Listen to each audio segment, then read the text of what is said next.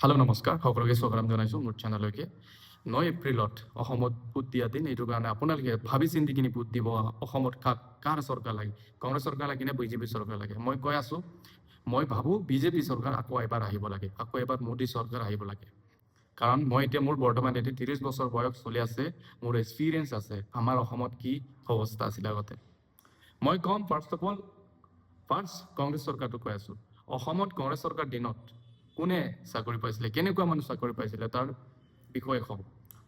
অসমত গৰীব দুখীয়া মানুহ আছিলে আগতে, দুখীয়া মানুহ চাকৰি পোৱা নাছিলে আগৰ দিনত।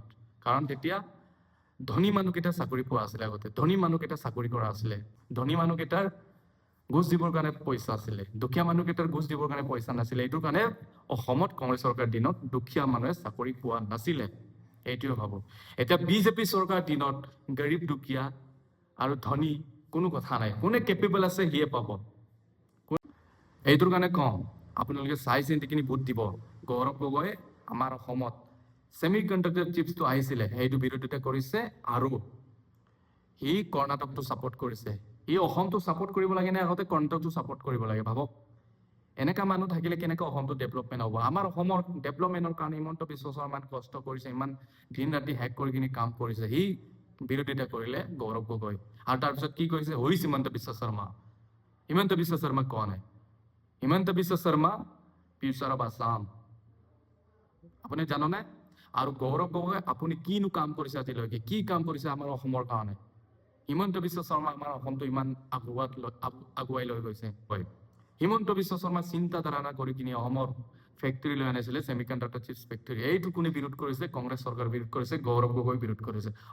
ছেমি কণ্ডাক্টৰ চিপছ কিয় সি বিৰোধ কৰিব লাগে? অসমটো কি ডেভেলপমেণ্ট নালাগে নেকি? অসমটো ডেভেলপমেণ্ট হ'ব নালাগে নেকি? আমাৰ নিচিনা মানুহকেইটা বাৰে বাৰে বাহিৰতে কাম কৰিব লাগে নে? আমাৰ অসমতো আমি কাম কৰিব মন যায়, অনলি বাহিৰতে আহি কিনি ইয়াতে মৰিম নে?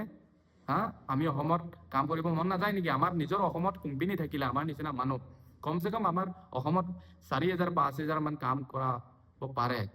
এইটো 4,000-5,000 ফেমিলি কিমান ভালকে চলিব জাননে? লাখ লাখ মানুহ আছে, কিন্তু লাহে লাহে ডেভেলপমেণ্ট হ'ব।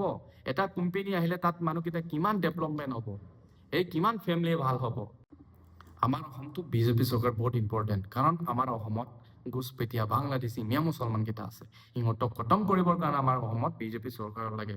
কংগ্ৰেছ চৰকাৰ আহিলে চাবি আমাৰ অসমত খিলঞ্জীয়া মানুহ হেৰিখিনি সিহঁতে কি চাব?